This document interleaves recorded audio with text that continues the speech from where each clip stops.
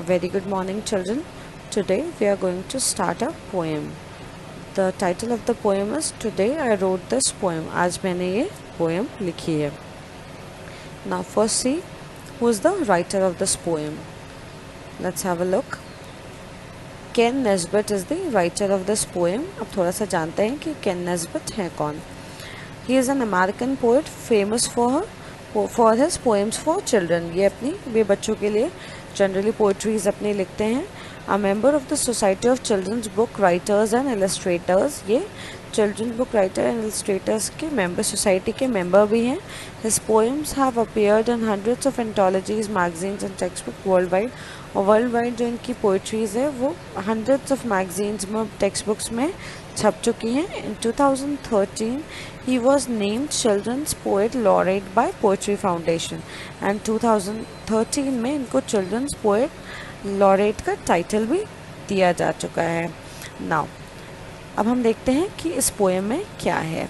Today I wrote this poem.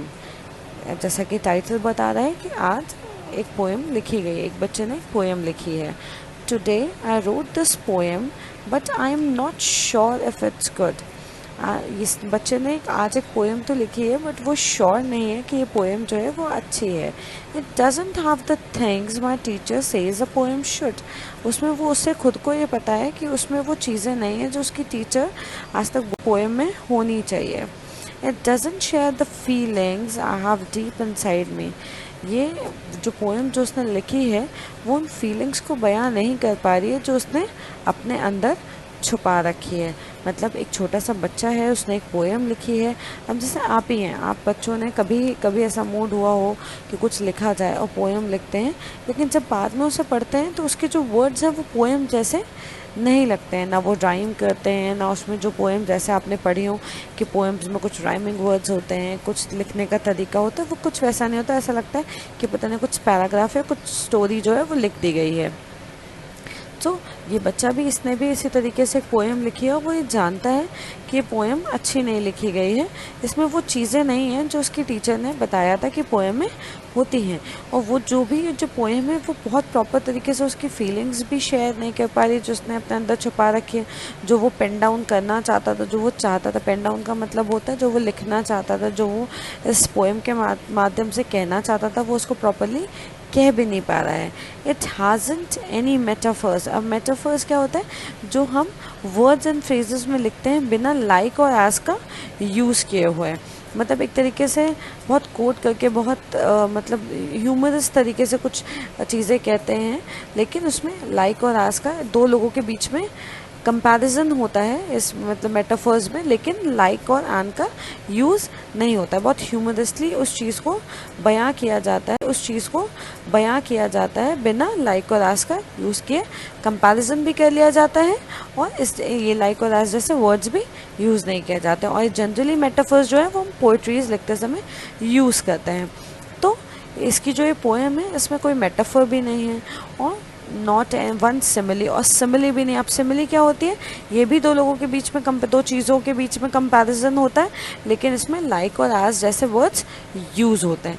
Likewise अगर हम कह दें कि this book is like the pearl said by someone, तो ये बुक कैसे जैसे किसी के मुंह से मोतियाँ झड़ रहे हों, तो इस तरीके का सिमिली यूज़ होता है. लेकिन उसमें लाइक और एज का यूज़ होता है, मतलब कंपैरिजन भी होगा, लाइक और एज जैसे वर्ड्स यूज़ होंगे. और मेटाफर्स में कंपैरिजन होगा दो चीज़ों के बीच में, लेकिन like and as words use नहीं होंगे और फ्रेजेस और वर्ड्स को मिला के कंपैरिजन करा जाएगा बहुत ह्यूमरस तरीके से.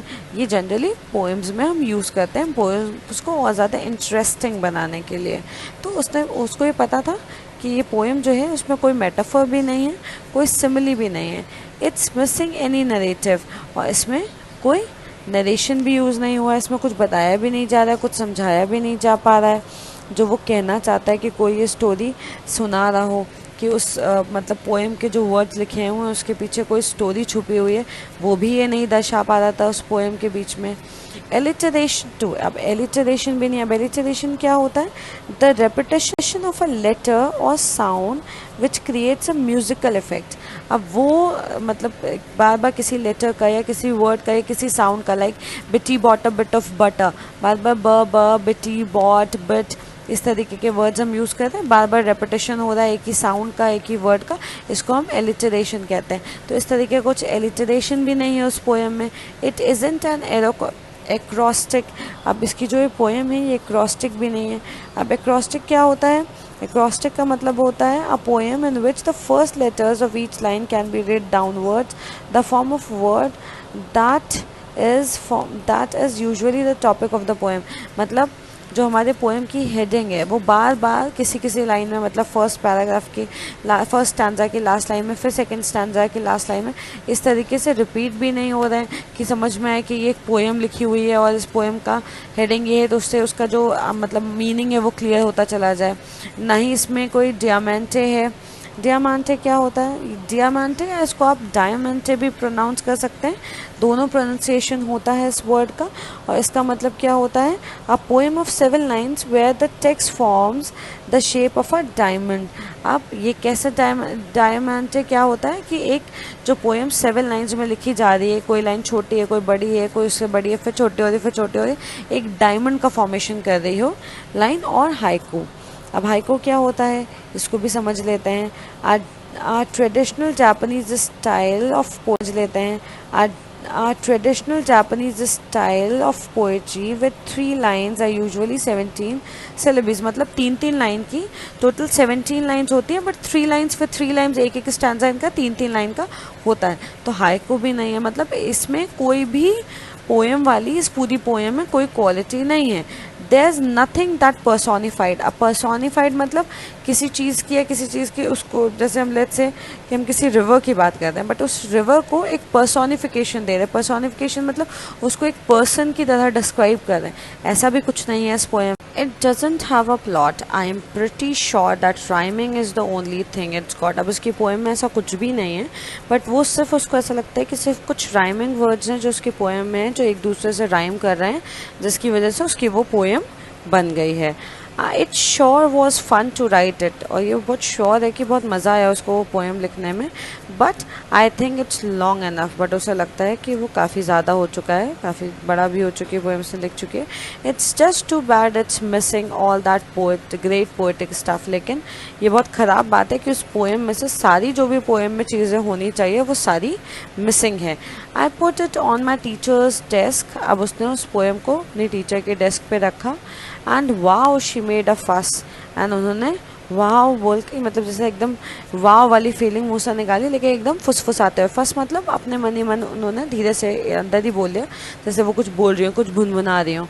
She handed back my poem with an A++++। अब उसकी टीचर ने वो पोएम उन्हें वापस लौटा दी A++++ देख के। तो फाइनली क्या हुआ इस पोएम में? एक छोटा सा बच्चा है जिसने एक पोएम लिखने की कोशिश करी और हर बच्चे की तरह उसने उस पोएम को लिखा, बट जब बाद में उसने उसको पढ़ा तो उसमें उसको वो कोई भी चीज़ नहीं दिखी जो एग्जैक्टली एक पोएम में होनी चाहिए। ना उसमें कोई मेटाफर्स थे, कोई सिमिलीज थे, ना नरेटिव, ना एल्टरेशन, कुछ भी नहीं था। वो अपनी फीलिंग्स भी उसमें कायदे से बयां नहीं कर पा रहा था, जो वो कहना चाहता था वो कह भी नहीं पा रहा था। वो सिर्फ उसमें कुछ राइमिंग वर्ड्स थे जिसकी वजह से वो एक पोएम बन गई थी।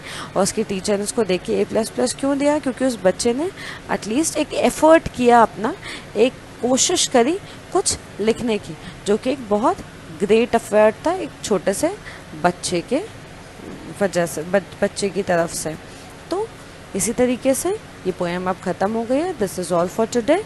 Now we'll continue the video with a new chapter. Thank you so much.